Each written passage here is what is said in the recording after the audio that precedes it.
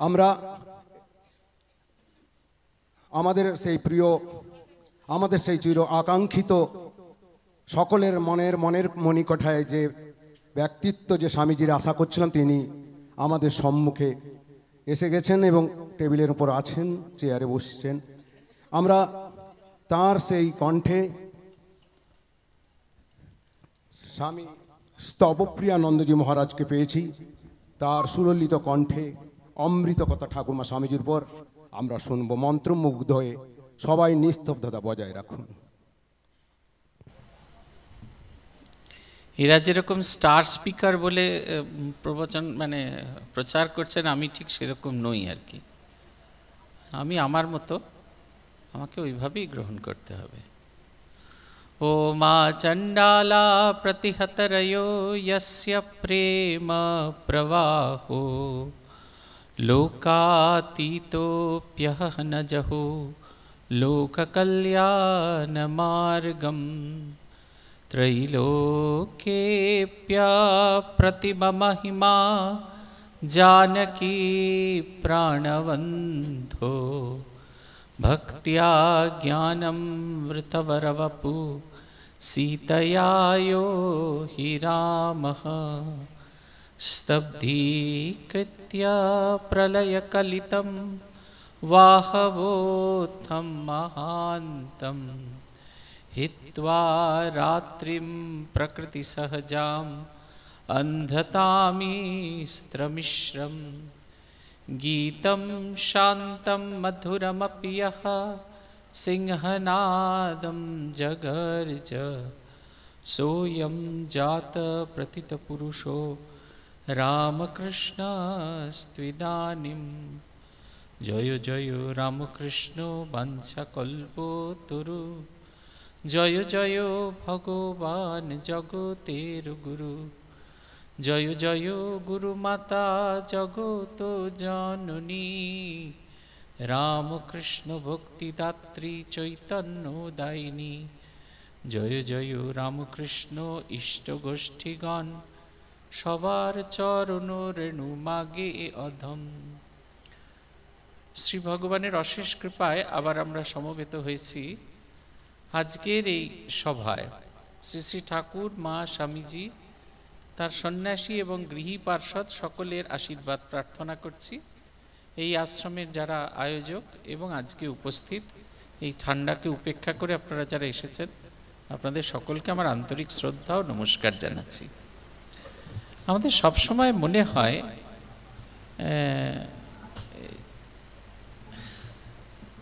ঠিক আছে, ওরকমভাবে নড়াচড়া করলে বলতে পারবো না তো। আমাদের অনেকের ধারণা আমরা বোধহয় টেপ রেকর্ডারের মতো, টিপে দিলেই বাজতে থাকি, বন্ধ করে দিলেই থেমে যাব। সে ভূতেশানন্দজি মহারাজের কাছে এসছেন একজন গান শোনাতে, তো মহারাজকে জিজ্ঞাসা করছেন, মহারাজ গান কেমন হলো? মহারাজ বলছেন থামতে বেশি ভালো হলো। আমাদের একজন সবসময় একজন গাইড দরকার হয়, জানেন তো। আমরা চলতে ফিরতে আমাদের সবসময় একজন গাইডের দরকার হয়। কেন এই গাইডের দরকার হয় সেটা আগে জানা দরকার। তাহলে দেখবেন ঠাকুরমা স্বামীজিকে আমাদের অনেক বেশি ভালোবাসতে সুবিধা হবে। আমরা ভালোবাসি বটে, রোজ ফুলমালা টালা দিই বটে, কিন্তু যখন বিপদে পড়ি তখন খুব কম শতাংশ আমরা ঠাকুরের কাছেই ফিরে যাই। আমরা দোষারোপ করি, রাগ করি, সব দোষটা নিজের কৃত দোষ সব তার ঘাড়ে চাপাই। এটা আমাদের একটা অভ্যাস। আমরা যেটা করেছি, যে কারণে আমাদের কষ্ট, সেটাকে কখনো আমরা স্বীকার করতে চাই না। সেই কারণে দোষ চাপানোর একজন লোক দরকার। কিন্তু তথাপি আমরা ঠাকুরমা স্বামীজিকে ধরে থাকি। তার মূল কারণ হচ্ছে আমাদের একজন খুব ভালো মেন্টর, একজন গাইডের প্রয়োজন আছে। আমেরিকায় একটা অকশন হচ্ছে, নিলাম ঘরে নিলাম হচ্ছে। একজন খুব ভালো বেহালা বাদক, তিনি বেহালা বাজাতেন একটা সময়। এখন যেমন হয়, শিল্পীরা তো খুব বেশি একসঙ্গে টাকা পয়সা ভবিষ্যতের জন্য রেখে যেতে পারেন না। ফলে তিনি যখন অকালে মারা গেলেন, তার পরিবারের সবাইয়ের খুব আর্থিক কষ্ট হতে থাকলো। তার স্ত্রী একে একে তার সমস্ত প্রাইস বিক্রি করে দিলেন, তার ব্যবহৃত জিনিসপত্র বিক্রি করে দিলেন। শেষকালে বেহালাটা ছাড়া আর কিচ্ছু বিক্রি করার নেই। বেহালাটার দাম তিনি ধার্য করেছেন $100। এইটা বিক্রি করলে তবে শীতকালে তার ছেলে মেয়েদের তিনি গরম পোশাক কিনে দিতে পারবেন। সেই নিলাম ঘরে সেই বেহালাটা ডিসপ্লে হচ্ছে, অনেক দিন বাজিয়েছেন, বিবর্ণ হয়ে গেছে, তার যে সেই ছড়িটা সেটা খানিকটা একটা জায়গা ভেঙে গেছে, তারপর বেহালাটাও দেখতে সেরকম সুন্দর নেই। এখন ওই রকম একটা লট ঝড়ে বেহালা কে কিনবে $100 দিয়ে? $10 বেশি কিছুতেই দাম উঠছে না, কিছুতেই দাম উঠছে না।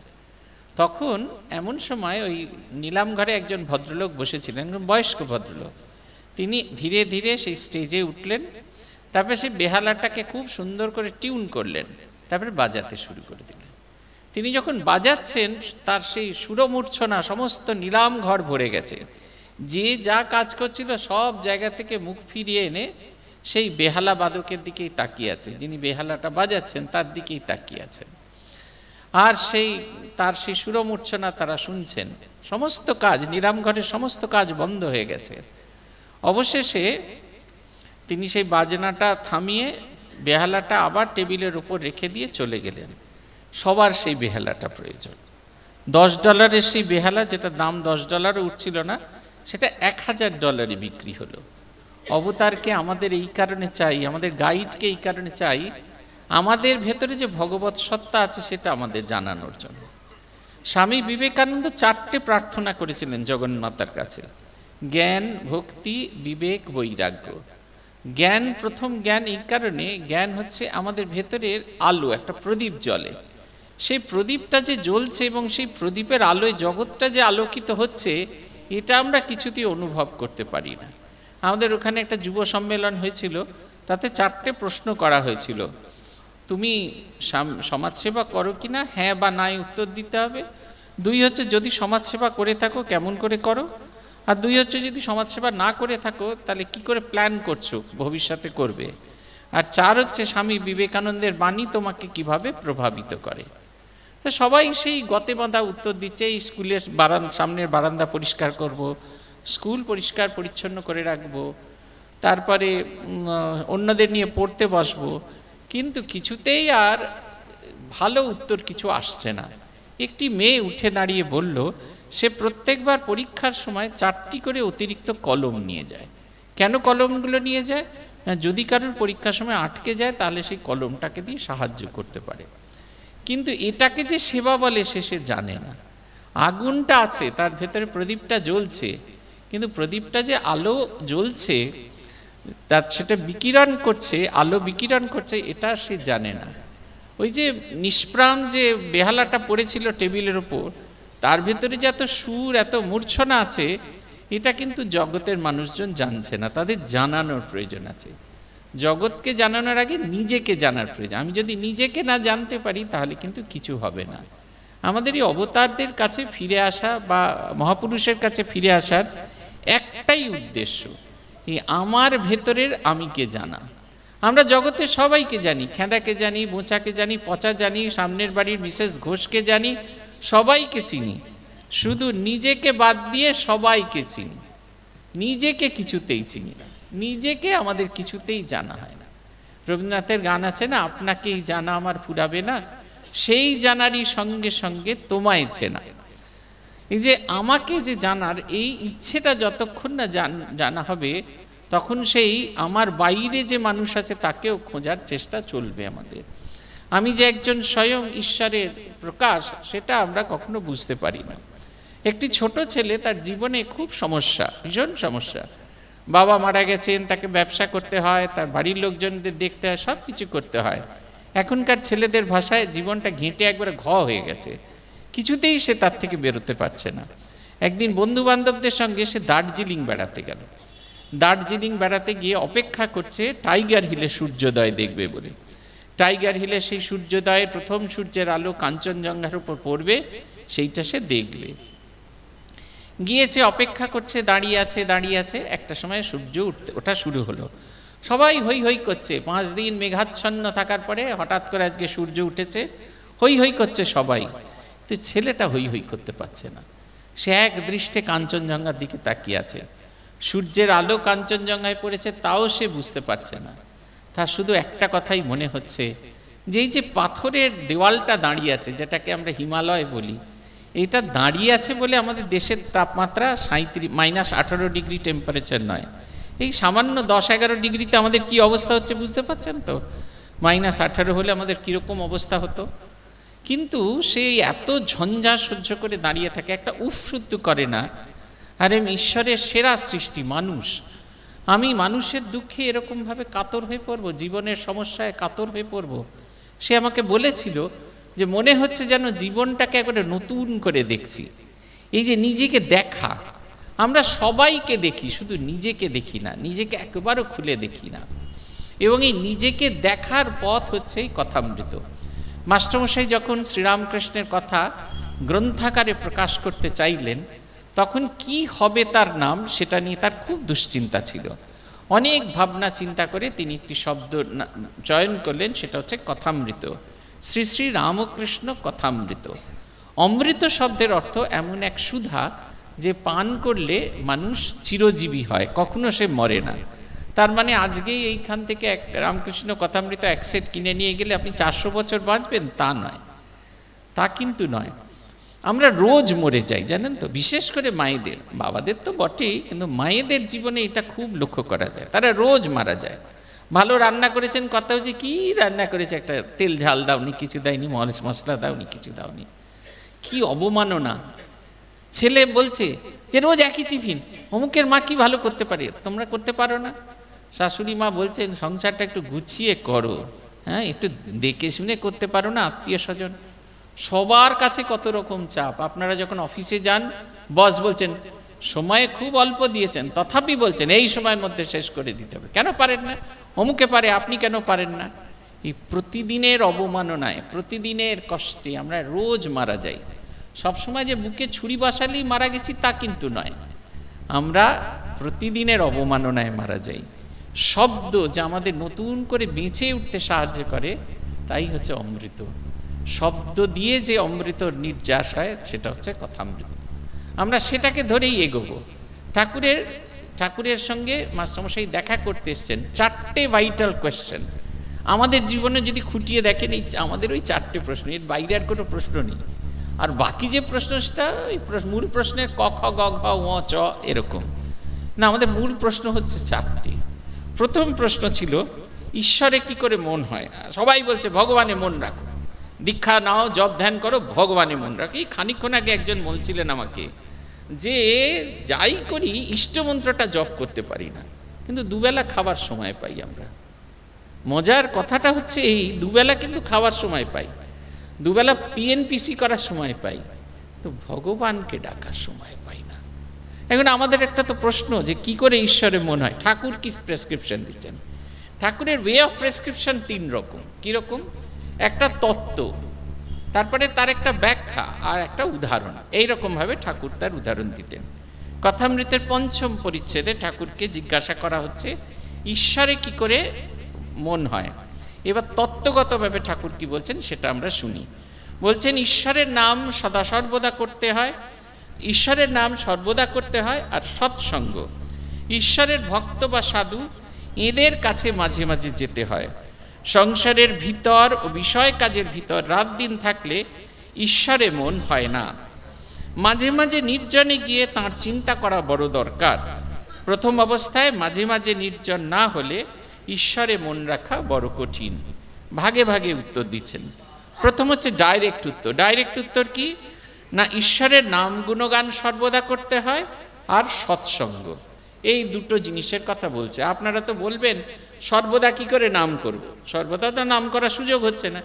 কাজ করতে হবে, বাড়ি ঘরে রান্না বান্না করতে হবে, বাজার দোকান করতে হবে, অফিস কাছারি যেতে হবে, তারপরে একটুখানি কার কাছে কই মনের কথা দেখতে হবে, না দেখলে জীবন অপূর্ণ থেকে যাবে। তারপরে তো ভগবানকে ডাকবো। একটু যদি পাড়ায় গিয়ে তাস না পিটি তাহলে কি করে ভগবানকে ডাকবো?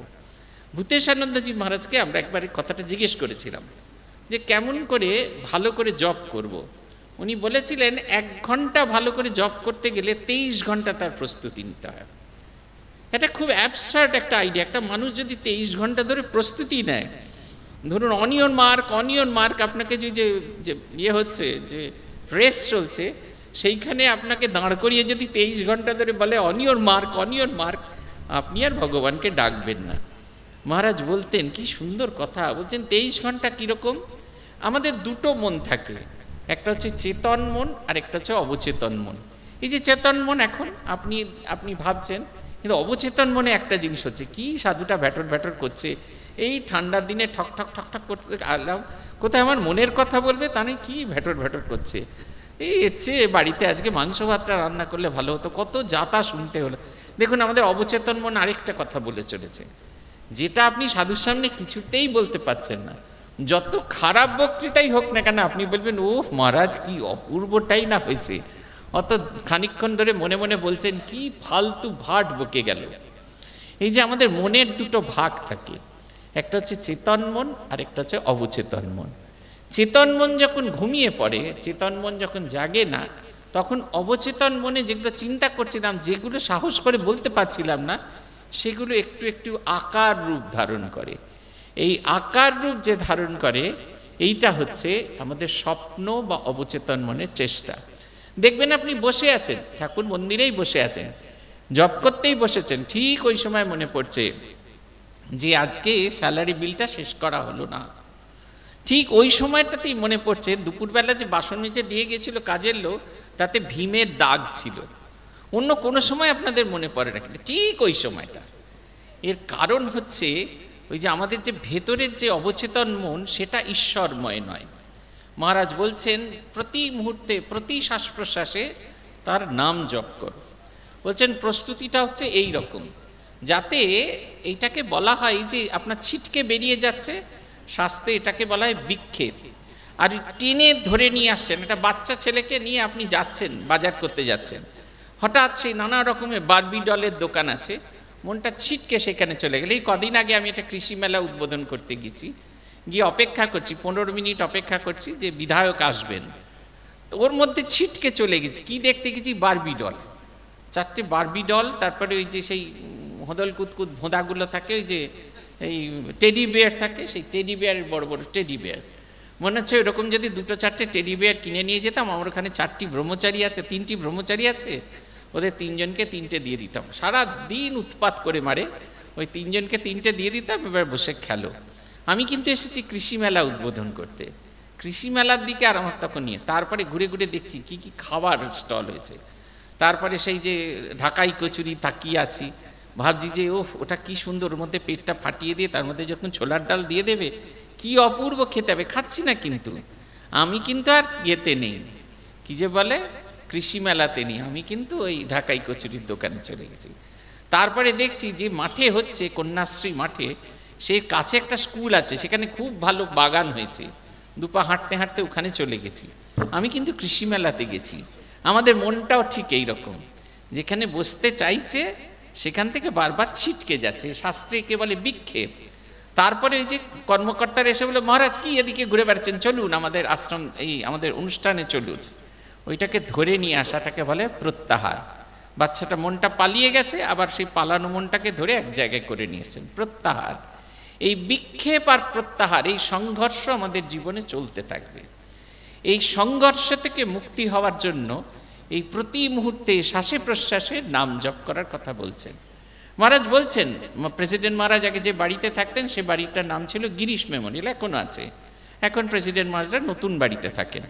মহারাজ বলছেন গিরিশ মেমোরিয়াল থেকে তুমি প্রতিজ্ঞা করলে প্রতি শ্বাস প্রশ্বাসে তোমার ইষ্টমন্ত্র জপ করবে। স্বামী ব্রহ্মানন্দজি মহারাজের মন্দিরের কাছে গিয়ে তুমি ভুলে গেছো, আবার মনে পড়ছে ঠাকুরের মন্দিরের কাছে, ইস আমার তো সারাক্ষণ জপ করার কথা ছিল। আবার বলছেন রিপেন্ট করো না, কেন এতক্ষণ জপ করতে পারলাম না সেই নিয়ে রিপেন্ট করো না, যে মুহূর্তে মনে পড়েছে সে মুহূর্তে করা। একটা অদ্ভুত অভ্যাসের কথা বললেন, প্রতি মুহূর্তে। তাহলে কি হবে? আমার যে অবচেতন মন, সেখানে আর অন্য কোনো ছবি থাকবে না, একটাই ছবি থাকবে, এইরকম একটা ছবি থাকবে, সেটা শ্রীরামকৃষ্ণের মূর্তি। আমার গুরু আমাকে যেরকমভাবে বলেছেন সেই রকম মেজে ঘষে পরিষ্কার করে আমার মনটাকে আমি তৈরি করেছি, যাতে চোখ যখন বন্ধ করছি, বাইরের পৃথিবী যখন চলে যাচ্ছে, তখন যখন আমি ভেতরে নিজের ভেতরে খোঁজার চেষ্টা করছি, তখন ঠাকুর ছাড়া খেঁদা বোদা কিংবা কবি অলবিদা না কহে না, তার নায়ককে যেন না দেখতে পাই। এটা হচ্ছে কথা, এইটা হচ্ছে এই কারণে প্রথম কথা বলছি, ঈশ্বরের নাম গুণগান সর্বদা করতে হয়। সবসময় হরে কৃষ্ণ এই বললে হবে না, ইদানিং আবার নতুন হয়েছে জয় শ্রীরাম, ফোন তুললেই একটা কথা, জয় শ্রীরাম। এ অদ্ভুত, যেন আল্লাহ আকবর হয়ে গেছেন তিনি, তাকে ওরকমভাবে চিৎকার করে না ডাকলে যেন তিনি বুঝতে পারছেন না। আর আপনাদের রামকৃষ্ণ ভক্তদের ভেতরে আরেকটা আছে, জয় মা, জয় মা। অমি আনন্দজি বলতেন, মা কি ইসলাম ধর্মের প্রবর্তক ছিলেন যে আল্লাহ আকবর করে চিৎকার না করলে মা শুনতে পাচ্ছেন না? স্বাভাবিক সাধারণ একটা জীবন যাপন করুন, কিন্তু আপনার প্রতি মুহূর্তের জীবন যেন ঈশ্বরাভিমুখী হয়। আমাদের প্রধান প্রতিবন্ধক হচ্ছে জানেন তো, আমি যতক্ষণ না আমার পাশের লোককে জানাতে পারছি আমি ভগবানের কাছে যাচ্ছি, ততক্ষণ পর্যন্ত মনের ভেতরে শান্তি হয় না। কি এক অদ্ভুত জ্বালা, কেন আমি দেখাতে পাচ্ছি না, কেন লোকে জানতে পারছে না যে আমি ভগবানের কাছে যাই। সে আমাদের বেলুড় মঠে একটা খুব মজার গল্প আছে। বেলুড় মঠে বছরে একবার করে অ্যানুয়াল জেনারেল মিটিং হয়। অ্যানুয়াল জেনারেল মিটিংয়ে 50% সদস্য হচ্ছেন গৃহী আর 50% সদস্য হচ্ছে সন্ন্যাসী। যারা গৃহী সদস্য যতক্ষণ না মারা যাচ্ছেন বা যতক্ষণ না ছেড়ে দিচ্ছেন ততক্ষণ পর্যন্ত সিটটা ফাঁকা হয় না। ফলে যিনি সেই অল্প বয়সে সদস্য হয়েছিলেন, অনেক বেশি বয়স অবধি তিনি সদস্য আছেন। সে আগের দিন থেকে বাড়িতে হইচই তোড়জোড় চলছে, কি না হাল্লা চলেছে যুদ্ধে, অমুক বাবু রামকৃষ্ণ মিশনের অ্যানুয়াল জেনারেল মিটিংয়ে যাচ্ছেন। আমি যতক্ষণ না আর 5 জনকে জানাতে পাচ্ছি ততক্ষণ পর্যন্ত আমরা কিছুতেই কোনোভাবেই বোঝাতে পারি না। আমাদের গেটে ডিউটি পড়তো, মেইন গেটে ডিউটি পড়তো, ওইখান থেকে দেখে ছাড়তে হতো, যে একটা ইয়ে দেওয়া হতো সেইটা, তাতে ওই মারামারি করতেন। আমি কিন্তু মিটিংয়ের সদস্য, আমি কিন্তু অ্যাসোসিয়েট, মারামারি করতেন সে একদল ভিড়ের মধ্যে যতক্ষণ না তিনি জানতে পারছেন। আমাদের এইগুলো থাকবে, এগুলো আমরা ছাড়তে পারবো না, কিন্তু এগুলো থেকে আমার মনকে কি করে উপরে ওঠাতে পারবো? প্রথমটা হচ্ছে সদা সর্বদা ঈশ্বরের নাম গুণগান করতে হয়। আমি চেষ্টা করব প্রতি মুহূর্তে প্রতিক্ষণে তাকে চিন্তা করার কথা। 2 হচ্ছে সৎসঙ্গ, ঈশ্বরের ভক্ত বা সাধু এদের কাছে মাঝে মাঝে যেতে হয়। এ কি, কে হচ্ছে ঈশ্বরের ভক্ত বলুন তো? আমি গেরুয়াধারী ঈশ্বরের ভক্ত, আপনি সাদা লাল পেড়ে আপনি ঈশ্বরের ভক্ত, তা নয়। আমাদের একজন সাধু ছিলেন উপুদা মহারাজ, ভাবতা বলে যে জায়গা, সেখানকার বাড়ি ছিল তার। তাই নিয়ে তাকে গান লেখা হয়েছিল যে দেশের মধ্যে ভাবতা আর সাধুদের মধ্যে উপুদা। ভরত মহারাজের সমসাময়িক তিনি সন্ন্যাসী ছিলেন। তাই সেই উপুদা মহারাজের অনেক কবিতা আছে যেগুলো ওই আমাদের পঙ্গতে দোহার আকারে বলা হয়। সেখানে একটা কবিতা আছে, সাধু সঙ্গ সাধু সঙ্গ সর্বজনে কয়, সাধু সঙ্গ বিনা ইষ্টে ভক্তি নাহি হয়, যাহারে দেখিলে ইষ্টের উদ্দীপন হয়, তাহারে জানিও তুমি সাধক নিশ্চয়, কুসুমের সনে কীট সুরসিরে যায়, তেমনি সাধু সঙ্গ অধমে তরায়। এরও 3টে ভাগ, একটা প্রয়োজনীয়তা, একটা কিভাবে করব, আর ফল কি, এই 3টে জিনিস। সাধু সঙ্গ সর্বজন কয়, সাধু সঙ্গ বিনা ইষ্টে ভক্তি নাহি হয়, এটা হচ্ছে উদ্দেশ্য, প্রয়োজনীয়তা। সাধু সঙ্গ ছাড়া ভগবানের প্রতি ভালোবাসা হয় না। এবার কেমন করে সাধু সঙ্গ করব? বলছেন, যাহারে দেখিলে ইষ্টের উদ্দীপন হয়, যাকে দেখা মাত্র ইষ্টের উদ্দীপন হয়। আমার মহন্ত মহারাজ ছিলেন স্বামী অমলানন্দজি মহারাজ, আপনাদের মেদিনীপুরের এই হেঁড়িয়া অঞ্চল, সেখানকার বাসিন্দা ছিলেন। এই কারণে মেদিনীপুরের মানুষজনদের তিনি খুব ভালোবাসতেন। তাকে নিয়ে অনেক কথা শুনতে হতো। প্রত্যেকবার আমাদের স্টুডেন্টস হোমে মেদিনীপুরের অনেক ছেলে ভর্তি হতো, আর আমরা সবাই মজা করে বলতাম ওই মেদিনীপুর বলে ব্যাস হয়ে যাবে, আর কোনো ক্লারিফিকেশন লাগবে না। অমলানন্দজিকে আমি দেখেছি একদম সততার প্রতিমূর্তি। আমাদের ওনার অনেক কলম আসতো, উনি লিখতেন, ওনার কোনো রকম আমাদের যেরকম এরকম কলম চাই ওরকম কিছু নেই, যেটা পেলেন লিখতে শুরু করতেন। সাধারণত তখনকার দিনে যে উইংসং পেনের জটার পেন সেই ব্যবহার করতেন। পুরনো ছাত্ররা যখন আসতো তারা দিতেন। মহারাজ যেই এলো সঙ্গে সঙ্গে সেটি ব্যবহার করলেন, হয়ে গেল, সেটিকে রেখে দিলেন। তারপরে সেই কলমের কি হলো, কে নিয়ে গেল, তার কোনো ঠিক ঠিকানা নেই। তা আমরা দেখেছি তিনি রোজ, আমাদের একজন সাধু মাঝে মাঝে এসেই ওইখানে রোম দেখতেন, দেখে একটা পেন তুলে নিয়ে চলে যেতেন। তা আমার খুব খারাপ লাগছিল। আমি একদিন তাকে বললাম যে আপনি মহারাজের কাছ থেকে কলমগুলো নিয়ে যাচ্ছেন, বলছেন না তো? বলছেন মহারাজ তো আর দেখছেন না। এই কথাটা আমি মহারাজকে বললাম। মহারাজের অদ্ভুত, আপনার এই যে বসার জায়গাটা এরকম থাকতো না, মুখোমুখি বসতেন না। মহারাজে দেওয়ালের দিকে মুখ করে বসতেন, দেওয়ালেতে একটা ঠাকুরের ছবি ছিল। মহারাজের ভিজিটাররা সব ডান দিকে এসে বসতো মহারাজের কাছে। তাই দেওয়ালে একটা ঠাকুরের ছবি ছিল। আমি মহারাজকে বলাতে উনি বললেন, আমি নাই বা দেখলাম, ঠাকুর তো দেখছে, তবু ওর চোখে হচ্ছে না। এই যে সততা, আমি আর যাই করি না কেন সবসময় যেন আমি মনে করতে পারি যে শ্রীরামকৃষ্ণ আমায় দেখছে। সেই একটি গুরু তার শিষ্যদের পাঠিয়েছিলেন কোনো একটা নির্জন জায়গায় গিয়ে একটা নারকেল ভেঙে নিয়ে আসতে হবে। সব ছেলেরা চলে গেল, দূর দূর নির্জন জায়গায় গিয়ে নারকেল ভেঙে নিয়ে চলে গেল। বিকেলে সব শিষ্য ফিরে এলো, একটি শিষ্য কিছুতেই ফিরল না। তাকে সে যখন সন্ধেবেলা ফিরে এলো, তার নারকেলটা গোটাই আছে। সবাই বললো, হা, সারাদিন একটা জায়গা খুঁজে পেলে না নারকেলটা ভাঙার? বলছে না, কোথাও পেলাম না। আরে আমরা যে গুহাতে গেছিলাম ওখানে গিয়ে বলি, তোমরা চলে যাওয়ার পর সেই গুহাতে আমিও গেছি, তবু আমি নারকেল ভাঙতে পারলাম না। সবসময় মনে হলো একজোড়া চোখ আমাকে দেখছে, আমাকে কেউ যেন দেখছে। এই সাধু সঙ্গ সর্বশাস্ত্রে কয়, যে সবসময় ওই দুটো চোখের উপস্থিতি অনুভব করতে পারে সে হচ্ছে ঠিক ঠিক সাধু। সে গেরুয়াধারীও হতে পারে, সে সন্ন্যাসীও হতে পারে, গৃহীও হতে পারে, যাকে দেখলেই এই ইষ্টের কথা মনে পড়ে। আমাদের একজন সাধু, এই গল্পটা আমি আমার ক্লাসে অনেকবার বলেছি, আমাদের একজন সাধু গিয়েছিলেন ওই নেপালের কাছে, ওই আছেন দেবতা আছেন বিষ্ণু, তাকে দর্শন করতে গিয়েছিলেন। প্রচণ্ড ঝড় বৃষ্টি রাস্তায়, তারা সব মানুষজন ভিজিটার সকলকে একটা বড় হল ঘরের মধ্যে রাখা হলো। সকলকে দুটো করে কম্বল দেওয়া আছে, একটা পেতে শোবার জন্য, একটা গায়ে দেবার জন্য। সবাইকে খাবার দেওয়া আছে, সবাই খেয়েছেন। আমাদের সাধুটি খেয়ে দিয়ে গায়ে কম্বল লাগিয়ে শুতে গিয়ে দেখছেন তার সামনে ওইদিকে দুজন বৈষ্ণব সাধক বসে জপ করছেন। তিনি চুপটি করে শুয়ে শুয়ে দেখছেন দুজন বৈষ্ণব সাধক জপ করছেন। তার মনে হলো ওই সাধু দুটো জপ করছে আর আমি সারা রাত্রি ঘুমিয়ে কাটিয়ে দেবো। তিনিও আস্তে আস্তে উঠলেন, যেটা গায়ে দেবার ছিল সেটা ভালো করে মাথায় মুড়ি দিয়ে জপের মালা বার করে জপ করতে শুরু করলেন। এই যে যাহারে দেখিলে ইষ্টের উদ্দীপন হয়, ওই মানুষ দুটো জপ করছে, ওদের ভেতরে সেই ঐশ্বরিক প্রকাশ হয়েছে। এইটা একটা অদ্ভুত ব্যাপার। গুজরাটে চলছি, গুজরাট যাচ্ছি, পোরবন্দর যাচ্ছি, ভীষণ জলের ক্রাইসিস, ওখানে পাউচে করে করে জল বিক্রি হচ্ছে। উনি জল বিক্রি করছেন, ভদ্রমহিলা জল বিক্রি করছেন, ছেঁড়া টায়ারের একটা জুতো পরে আছেন, পোশাকও খুব দামি নয়, দেখেই বোঝা যাচ্ছে খুব অর্থকষ্ট। 1 টাকার বিনিময়ে জল বিক্রি হচ্ছে, একটা পাউচ 1 টাকা দাম। তা আমি এরকম একটা নিয়েছি, উনি কিছুতেই আমার কাছে টাকা নেবেন না, বলছেন সাধুকে জল দিয়ে জল দাম নিতে নেই। তারপরে আরেকজন আছেন, তিনি জল নিলেন কিন্তু দাম দিলেন না, ভদ্রমহিলা কিন্তু ছেড়ে দিলেন। এই যে সততার এই যে নানা রকম মূর্তি আমরা দেখি না, সবসময় যে এরকম পোশাক পরে এলে হবে না, এইগুলো এদের সঙ্গ করতে হয়। আর যদি কোনো সঙ্গ না পান, গ্রন্থের সঙ্গ করুন, পড়াশোনা করুন, সৎসঙ্গ, সে আমাকে ভগবানের কথা মনে করিয়ে দেবে। তাহলে প্রথম হচ্ছে ঈশ্বরের নাম গুণগান, আর 2 হচ্ছে সৎসঙ্গ। কেন করতে বলছেন? বলছেন এই যে আমরা সংসারে থাকি না, সংসারে থাকি, নানা রকমের জিনিস আমাদের মনের মধ্যে লেগে যায়। প্রথম দিন যেদিন মিথ্যে কথা বলি সেদিনকে বলি যে খুব খারাপ লাগে, দ্বিতীয় যেদিন মিথ্যা কথা বলি সেদিনকে অতটা খারাপ লাগে না, তারপরের দিন যেদিন মিথ্যা কথা বলি সেদিন তো খারাপ লাগেই না, চতুর্থ দিন যেদিন মিথ্যা কথা বলি, না না ওটাই সত্য ছিল, ওটা মিথ্যে নয়।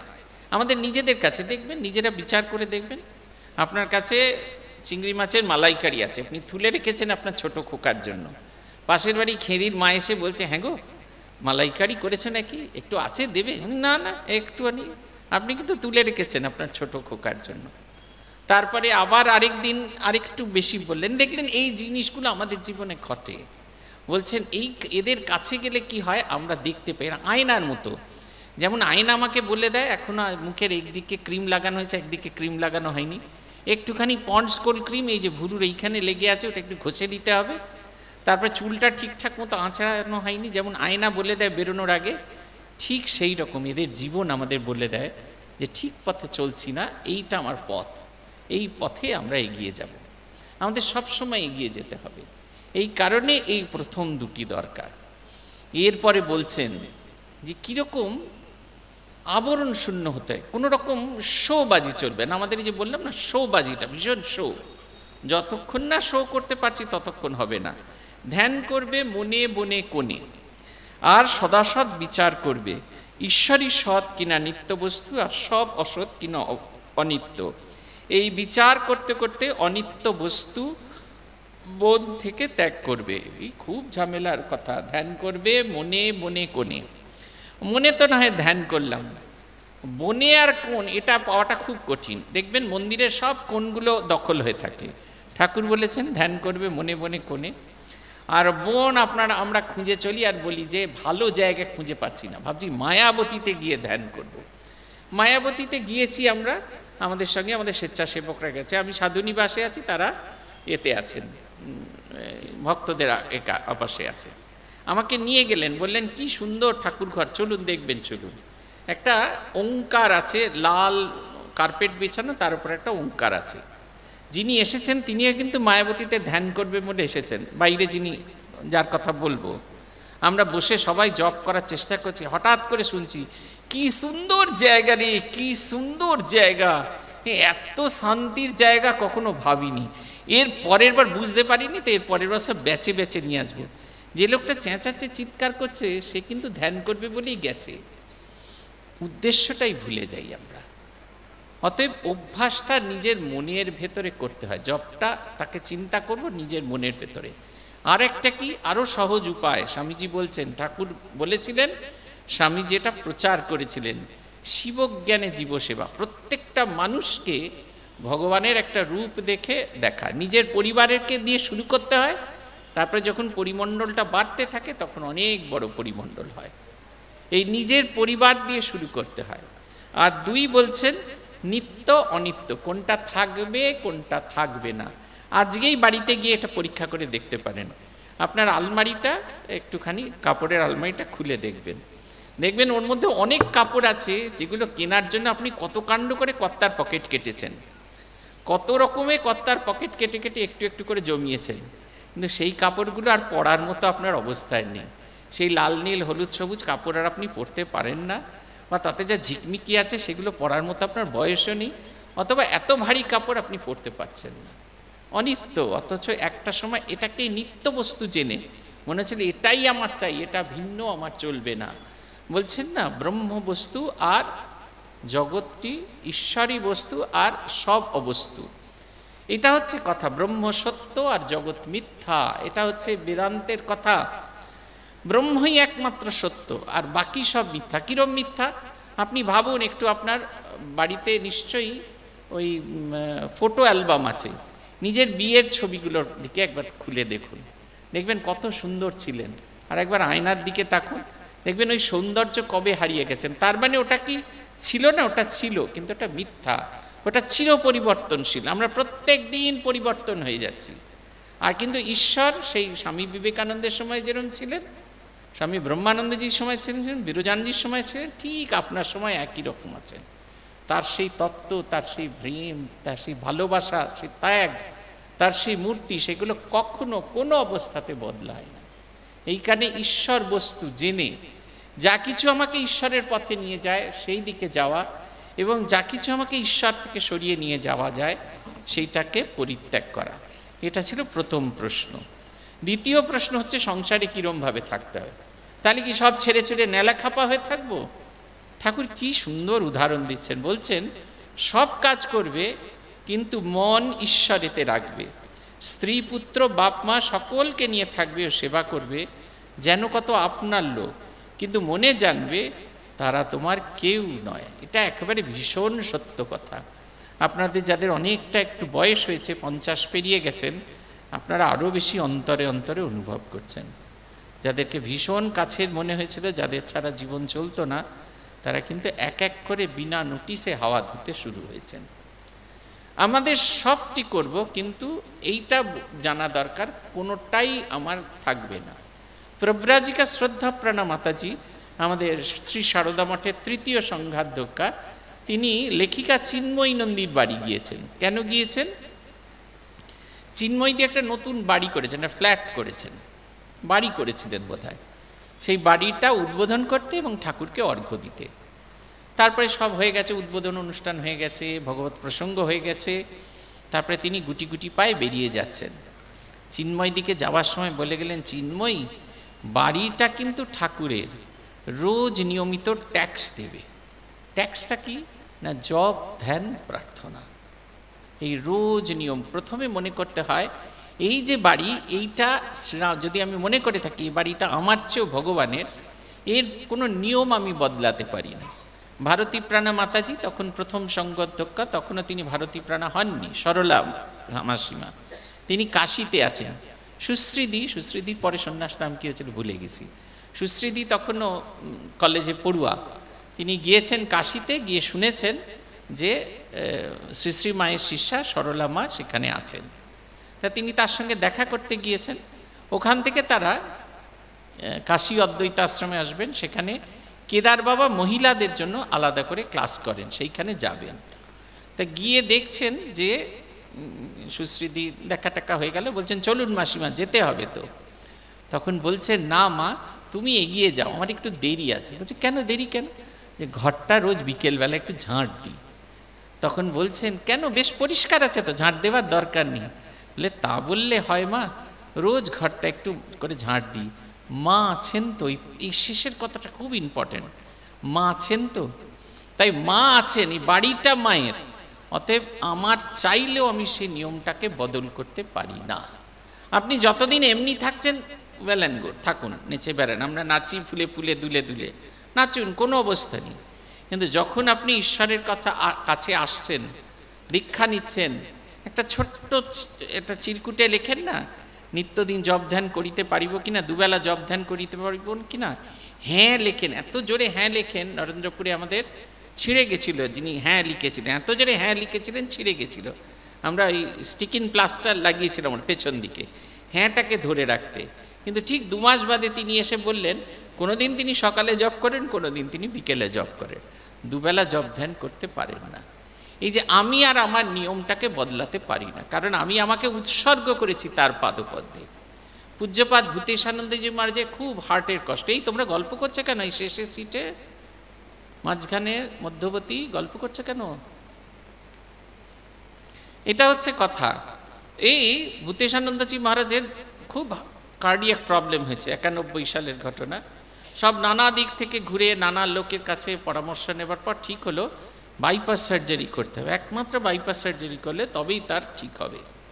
তো বাইপাস সার্জারি হবে, ডাক্তাররাও খুব চিন্তিত, মহারাজের 91 বছর বয়স। মহারাজের কাছে একটু পরামর্শ জানতে চাওয়া হলো, ভাবলো মহারাজ বোধহয় একটু ভয় টয় পাবে। তা গহনানন্দজি তখন সাধারণ সম্পাদক, তিনি গিয়ে জিজ্ঞেস করছেন ভূতেশানন্দজিকে, আপনার কি অভিমত? বলছেন দেখো, এই শরীর সংঘকে উৎসর্গ করেছি, এই শরীরের মালিক হচ্ছে সংঘ। সংঘ যদি মনে করে বাইপাস সার্জারি করলে আমার ভালো হবে, তাহলে বাইপাস সার্জারি হবে। আর যদি সংঘ মনে না করে যে বাইপাস সার্জারি করলে আমার ভালো হবে না, তাহলে হবে না, আমার কোনো ইচ্ছা নেই। এই যে ফ্রি উইল, আমার এই ইচ্ছাটা, এই যে আমি ব্যাপারটা তখনই হারিয়ে যায় তখন যখন তুমি আসে। দেখবেন আপনাদের ধ্যান করার পদ্ধতিটা কীরকম, আমার মুখ যেদিকে তোমার মুখ সেদিকেই, খানিকটা এইরকম। হাতটা যেরকম দেখছেন, এটা যদি আপনার ইষ্ট হয় তাহলে এইরকম। এরমভাবে কি কেউ কারোর ইষ্টকে দেখতে পারে না তো? তাহলে কি করতে হয়, আপনাকে নিজেকে বার করতে হয় আপনার থেকে। তাহলে এতক্ষণ কি ছিলেন, ইষ্ট ছিলেন, মানে তুমি, আর বাকিটা আমি।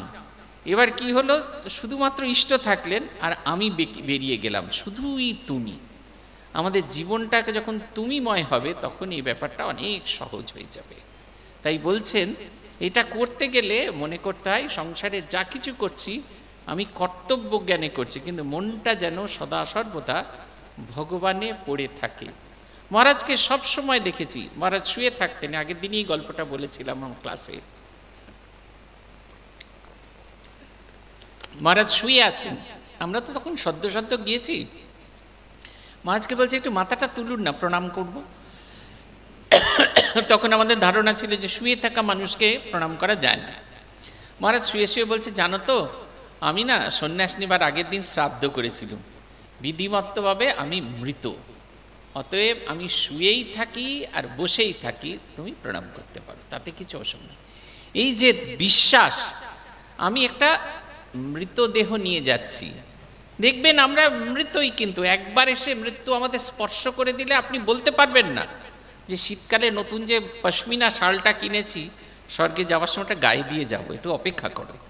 এই যে ইন্ডিয়া গেটের ঘিয়ের বিজ্ঞাপন নয় যে যমরাজকে বলবে যে একটু লুচি তরকারি খাও, খেয়ে একটু তুমি তন্দুরস্ত হও, তার মধ্যে আমিও একটু সেজে গুজে নিই, জিনিসপত্র গুছিয়ে নিই, তারপরে যাব স্বর্গে যাব, এ বললে হবে না, কিন্তু কিছুতেই হবে না।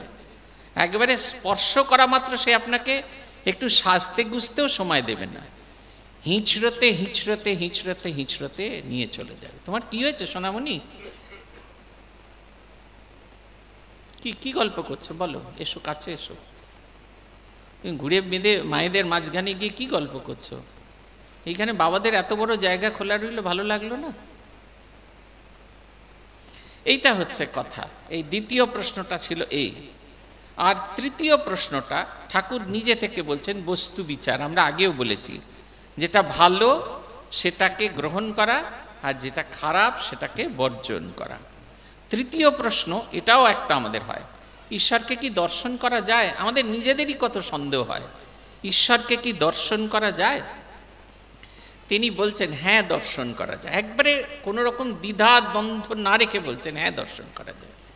মাঝে মাঝে নির্জনবাস, তার নাম গুণকীর্তন, বস্তু বিচার, এই তিনটি অবলম্বন করলে তাকে দর্শন করা যায়। এই কেন এই তিনটি কথা বলছেন না? আমাকে যোগ্য হয়ে উঠতে হবে। আমি রোজ দেখছি বাবা কাকার ছবি, এখনকার দিনে আর দেখতে পাওয়া যায় না, আগে দেখতে পাওয়া যেত। গ্র্যাজুয়েট হলে সেই যে ইউনিভার্সিটির পোশাক পরে এখানে ঝুলছে, সে এখানে এমনি করে ছবি থাকতো প্রায় সবার বাড়িতে, আপনাদের সবার বাড়িতেই এক আধটা আছে। প্রথম গ্র্যাজুয়েট ছবি তো আমাদের মনে আছে, আমাদের প্রথম গ্র্যাজুয়েট আমার বড় জ্যাঠা, তার একটা ছবি ছিল, মেজো জ্যাঠার ছবি ছিল। তারপরে যারা গ্র্যাজুয়েট হচ্ছে তাদের কাছে গ্র্যাজুয়েশনের কোনো দাম ছিল না, সেই কারণে তারা ছবি তুলতে যায় না।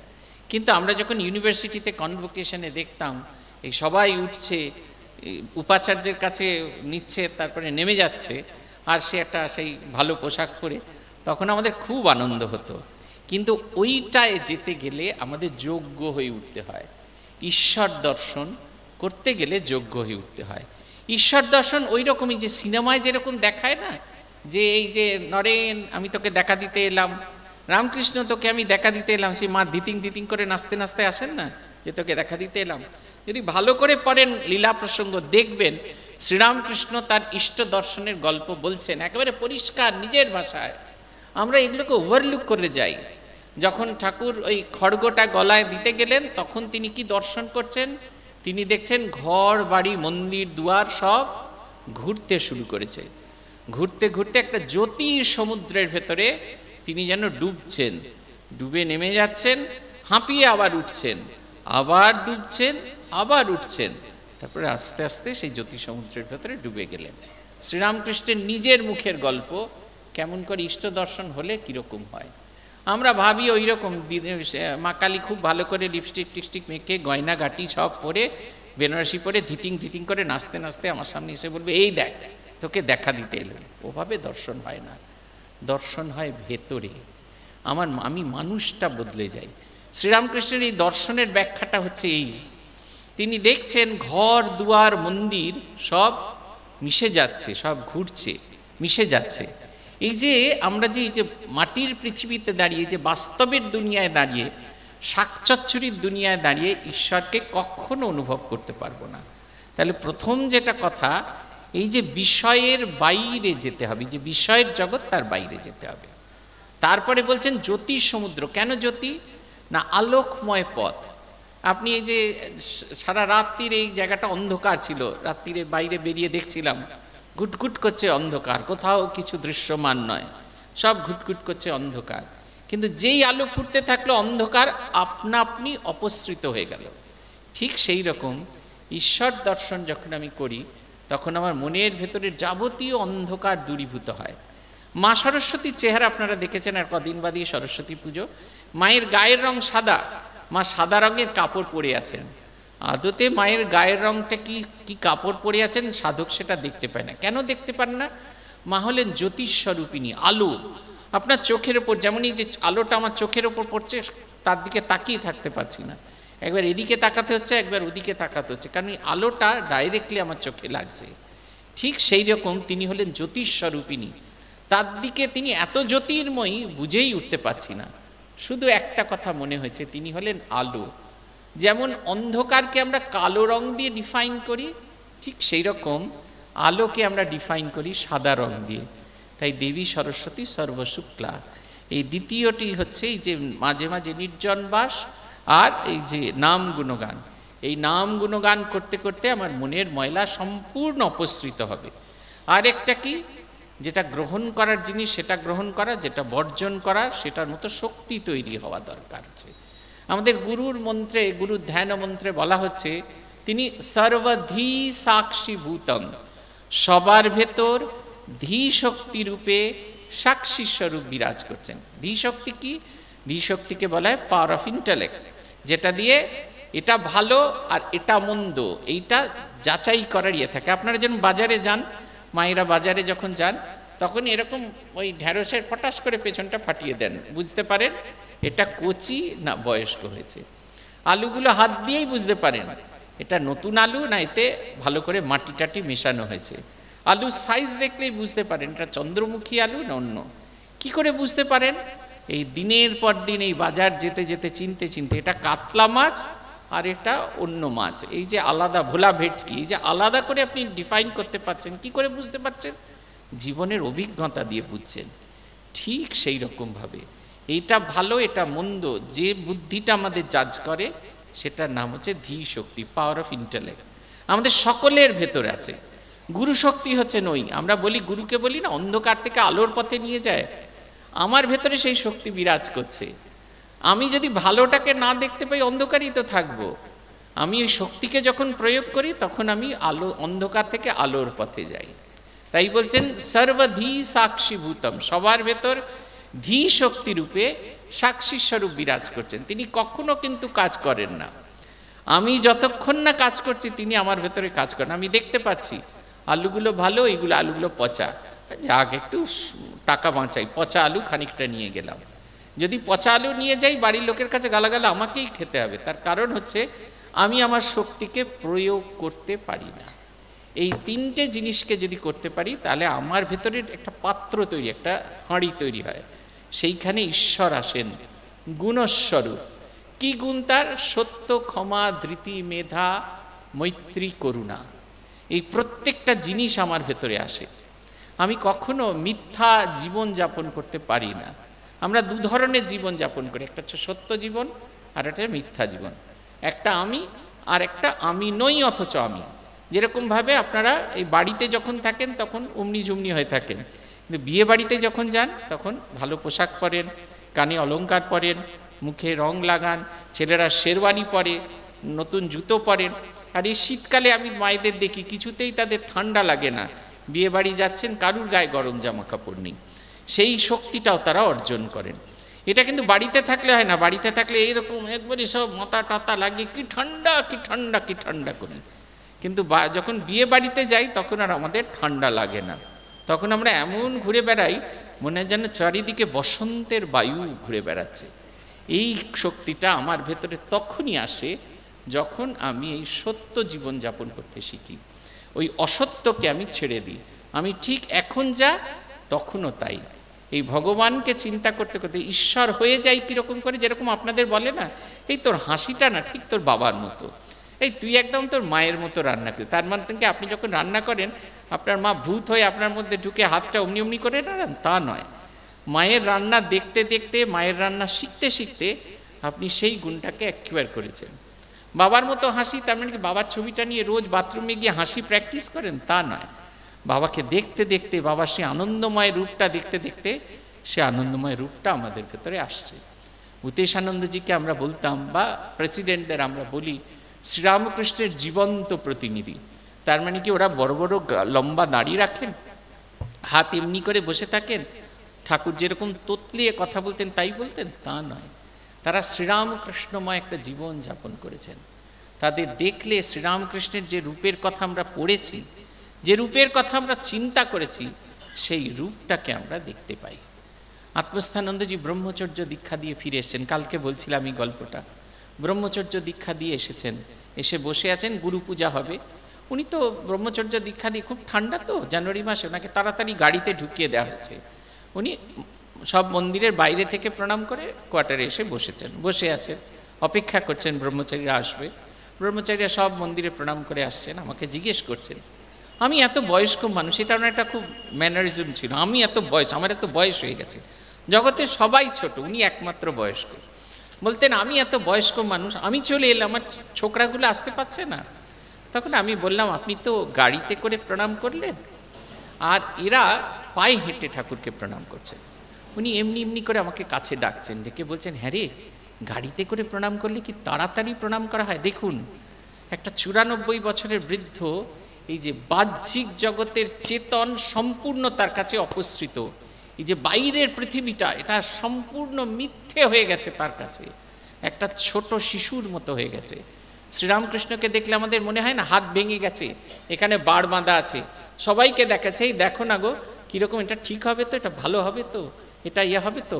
মহারাজ হাসপাতাল থেকে ফিরে এসছেন, মহারাজের হাসপাতাল থেকে ফিরে এসছেন, সিঁড়ি ওঠা বারণ, তাই মন্দিরে যাওয়া বারণ, এমনকি গাড়িতে ওঠাও বারণ, কারণ মহারাজের তলপেটে লাগবে। মহারাজ সবাইকে বলছেন, আমি একটা কাজে গেছি বিকেলে, প্রেসিডেন্ট মহারাজ আমায় দেখতে পেয়েছেন, ডাকছেন এই শোন শোন শোন, ডাকছেন, গেলাম।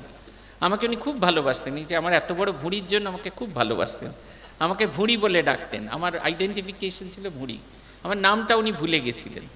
তা আমাকে ডাকছেন এই শোন শোন শোন, গেলাম। বলছে তুই একবার গিয়ে বল না তাপস মহারাজ বিমলাত্মানজিকে গিয়ে বল না যে আমায় যেন একটু মন্দিরে যেতে দেয়, একটা বাচ্চা ছেলের মতো। আরে না, উনি তো বারণ করেছেন, আপনার যাওয়া চলবে না। বলছেন তুই আস্তে আস্তে গিয়ে বলবি, আমি গাড়িতে বসে বসে দেখবো, মন্দিরে উঠবো না। আমি বললাম আপনার তো গাড়িতে ওঠাও বারণ। তখন সেই বাচ্চা ছেলেরা যেরকম করে না, সেরকম ঠোঁটটা ফুলিয়ে বলছেন তাহলে বেলুড় মঠে এসে কি লাভ হলো, হাসপাতালেই থাকতে পারতুম, তাহলে এসে কি লাভ হলো। আমি না অবাক বিস্ময়ে মানুষটাকে দেখছি, শ্রীরামকৃষ্ণের যে ছবি আমরা দেখি এই মানুষটার মধ্যে সেই। আমি মহারাজকে দেখছি যখন আমার 10 বছর বয়স, মহারাজ যখন চলে গেলেন তখন আমার 47 বছর বয়স, দীর্ঘ 37 বছর ধরে মহারাজকে একটু একটু করে দেখছি। মহারাজ ছিলেন তখন অ্যাসিস্ট্যান্ট সেক্রেটারি, আর শেষকালে দেখলাম প্রেসিডেন্ট। একটা মানুষ যদি ঈশ্বর চিন্তা করে কেমন ঈশ্বরময় হয়ে যায়, এটা আমার চোখে দেখা। এই যে শ্রীরামকৃষ্ণ বলছেন না, হ্যাঁ অবশ্যই করা যায়, তাকে দর্শন করা যায়, তাকে দর্শন করা যায় না, তুমি হতে হতে তুমি হয়ে যাওয়া, তাকে চিন্তা করতে করতে চিন্তা করতে করতে তুমি। আপনারা নিজেরা নিজেদের ভালো করে লক্ষ্য করুন, খুব মাথা ঠান্ডা করে ভাবুন, আজকে আপনি যেটি, যখন দীক্ষা হয়নি বা ভগবানের কাছে আসেননি, আপনি কি ঠিক সেই রকমটি ছিলেন? তা নয়, আপনি এখন অনেক বেশি উন্নত। পাশের মানুষের আঘাত লাগলে কষ্ট পান। কোথায় আমরা মনসা দ্বীপে আছি, সেখানে ঝড় হয়েছে, আমফান হয়েছে, এখান থেকে মানুষরা আমাদের টাকা পাঠিয়েছেন ত্রাণের জন্য, নিজেদের নিত্যদিনের খরচ কমিয়ে দিয়ে তার থেকে ছেঁটে একটুখানি টাকা পাঠাচ্ছেন। এই যে অন্যের জন্য ভাবনা, অন্যের জন্য চিন্তা করা, এই হচ্ছে আধ্যাত্মিকতা, এই হচ্ছে ঈশ্বর জ্ঞানের প্রথম পাদ। আমাদের বুঝতে হবে প্রথম সিঁড়িতে উঠেছেন। এবার ঠাকুর শেষ করছেন কেমন করে তাকে ডাকতে হয়। তা মাস্টারমশাই জিজ্ঞেস করছে কি অবস্থাকে দর্শন করতে হয়, জাগ্রত অবস্থায়, সুষুপ্ত অবস্থায়, কি অবস্থায় দর্শন করতে হয়। ঠাকুর উত্তর দিচ্ছেন, খুব ব্যাকুল হয়ে কাঁদলে তাকে দেখা যায়। আপনি আমি যতক্ষণ না চাইছি আমি ভগবানকে চাই, ততক্ষণ পর্যন্ত কিন্তু ভগবান আমাদের কাছ থেকে অধরাই থেকে যান, তিনি কিছুতেই আমাদের ধরা দেন না। আমাকে চাইতে হবে তো, আমি সবসময় চাইছি মনোহরণ সফল চরণ সোনার হরিণ চাই, তোরা যে যা বলিস ভাই আমার সোনার হরিণ চাই, আমার যা ছিল তা গেল চলে, যা নেই তার সুখে, আমি কত কি সম্পদে সম্পদশালী সেসব দেখার আমার সময় নেই। ইস ওর কি সুন্দর একটা ভালো গোলাপি রঙের অল্টো আছে, আমাদের অল্টোটা নেই। আমার ভালো হচ্ছে BMW গাড়ি আছে, কিন্তু আমার এই অল্টোটার জন্য খুব দুঃখ। সে একটা ছোট্ট এটা দেখছিলাম, মেসেজ দেখছিলাম সেদিনকে, যে একজন তার ইয়েতে যাচ্ছেন, তিনি পায়ে হেঁটে তার অফিসে যাচ্ছেন, তিনি মনে করছেন আমার যদি একটা সাইকেল হতো কত তাড়াতাড়ি করে যেতাম। সাইকেলে করে যাচ্ছেন, তার পাশে একজন বাইক যাচ্ছেন, তখন সে ভাবছে আমার যদি একটা বাইক হতো তাহলে আমি কত তাড়াতাড়ি যেতাম। বাইকওয়ালা একটা BMWর কাছে দিয়ে যাচ্ছেন, সে ভাবছে আমার যদি একটা BMW গাড়ি হতো তাহলে আরও কত তাড়াতাড়ি চলে যেতাম। BMWওয়ালা দাঁড়িয়ে আছে, ওপর দিয়ে একটা হেলিকপ্টার যাচ্ছে, তার মনে হচ্ছে আমার যদি একটা হেলিকপ্টার থাকতো তাহলে কত তাড়াতাড়ি পৌঁছে যেতাম। আর এই হেলিকপ্টারওয়ালা ওপর থেকে নিচে দেখছে যে একজন মানুষ হেঁটে যাচ্ছেন, তার একটা পা নেই, তিনি সেই ক্রাচে ভর দিয়ে দিয়ে যাচ্ছেন। আর তার মনে হচ্ছে ওই লোকটা নিশ্চয়ই ভাবছে আমার যদি আরেকটা পা থাকতো আমি কত ভালো করে যেতাম। আর গার্বেজওয়ালা যে আছে সে দেখছে আর সে ভাবছে ভাগ্যিস ভগবান আমাকে কিচ্ছু দেননি, কিন্তু নিজের দুটো হাত দিয়েছেন, দুটো পা দিয়েছেন। আমার কি কি আছে সেগুলো আমরা ভুলে যাই। আমার একটা ভগবানকে ডাকার মতো মন আছে, আমার একটা ভগবানের কাছে যাওয়ার মতো একটা ইচ্ছে আছে, আমার একটা উজ্জ্বল জীবন আছে। এগুলো আমরা সমস্ত কিছু ভুলে যাই। যা নেই তার জন্য আমরা ব্যাকুল হয়ে পড়ি। তাই ব্যাকুল যদি হতে হয় ভগবানকে চাইবার জন্য ব্যাকুল হন। বলছেন খুব ব্যাকুল হয়ে তাকে কাঁদলে দেখা যায়। মাঘ ছেলের জন্য লোকে এক ঘটি কাঁদে, টাকার জন্য লোকে কেঁদে ভাসিয়ে দেয়। আমি দেখেছি টাকার জন্য লোককে কেঁদে ভাসিয়ে দিতে দেখেছি, কিন্তু ঈশ্বরের জন্য কে কেঁদেছে? ডাকার মতো ডাকতে হয়। একজন দিদিমণি, তিনি ওই তার স্বামী খুব বড় তেল বিজ্ঞানী ছিলেন, তিনি এসে বলছেন আমাদের দেখুন কি সস্তায় ফ্ল্যাট দিচ্ছে। এটা সালটা 2000 সালে, তখন 25 লক্ষ টাকার অনেক দাম আছে। বলছেন কি সস্তায় অম্বুজা সিমেন্ট ফ্ল্যাট বিক্রি করছে। তা আমাদের একজন সাধু জিজ্ঞেস করছেন কত দাম? বলছে মাত্র 25 লাখ টাকা। আমরা চুপটি করে বসে আছি, 25 লাখ টাকা তার মাত্র, ভেবে দেখুন। বলছেন এই দিলেই আমি একটা ফ্ল্যাট কিনে, তো আমি ভাবছি একটা কিনবো। কামারপুকুরে একটা কিনেছেন, জয়রামবাটিতে একটা কিনেছেন, সব কিনেছেন, কিন্তু নিজে এত অসুস্থ হয়ে পড়েছেন, তার প্রিয়জনরা সবাই তাকে ছেড়ে চলে গেছেন। কোনো জায়গায় গিয়ে তার কোনো শান্তি হচ্ছে না, কারণ ভগবানের সাথে তো সখ্যতা তৈরি হয়নি। আমাদের সখ্যতা সবসময় ভগবানের সঙ্গে করতে হবে, ব্যাকুলতা সেই জন্য। তিনি বলছেন কীরকমভাবে হয়, বলছেন যে মা যেমন ছেলেকে ভালোবাসে, সতী যেমন পতিকে ভালোবাসে, বিষয় যেমন ভালোবাসে, বিষয়কে ভালোবাসে। এই মূল কথাটা হচ্ছে ভালোবাসা। ভালোবাসাটা যদি না থাকে তাহলে স্বামী স্ত্রীতেও যেমন বন্ধন হয় না, মায়ের ছেলেতেও যেমন বন্ধন হয় না, ঠিক সেই রকম ঈশ্বর আর ভক্তেরও ভগবান হয় না। আমরা আজকে 4টে জিনিস দেখলাম। এই ভগবান আমাদের মধ্যে আসেনি, 4টে জিনিস আমাদের ভেতরে আছে, এই 4টে গুণ আমাদের ভেতরে আছে, কিন্তু আমরা বুঝতে পারি না। ওই কারণে ঠাকুরকে দরকার, তিনি এসে আমার এই ভাঙা বেহালাটা বাজিয়ে আমার ভেতরে যে সুর আছে সেটা আমাকে জানান। ওই 4টে গুণ কেমন করে আমি ঈশ্বরের নাম জপ করতে পারি, সদা সর্বদা তাকে ভাবতে পারি। তারপরে দ্বিতীয় গুণের কথা বলছেন যে এই জগৎ সংসারে আমি আছি, অথচ এই সংসারটা যে আমার নয় এই বোধ আমি করতে পারি। 3 হচ্ছে তাকে আমি দর্শন করতে পারি, তাকে দর্শন করার যোগ্য হয়ে উঠতে পারি। আর 4 হচ্ছে ব্যাকুলতা থাকলে এই জন্মেই তাকে আমি লাভ করতে পারবো। শ্রী ভগবানের কাছে প্রার্থনা আমাদের এই ব্যাকুলতা তৈরি হোক, এই ভালোবাসা তৈরি হোক, আমরা যেন সত্যিকারে তাকে পেতে পারি, আমরা যেন খালি হাতে না ফিরে যাই। এই যে বারবার জন্ম, বারবার জন্ম, এই যে একবার জন্মাচ্ছি আবার মরছি, আবার জন্মাচ্ছি আবার মরছি, প্রতি জন্মে এত কষ্ট, এত কষ্ট, এই কষ্টের পারে যাই আমরা। আমাদের এই ছোট্ট জীবন দিয়ে যেন আমরা ভগবানকে লাভ করতে পারি।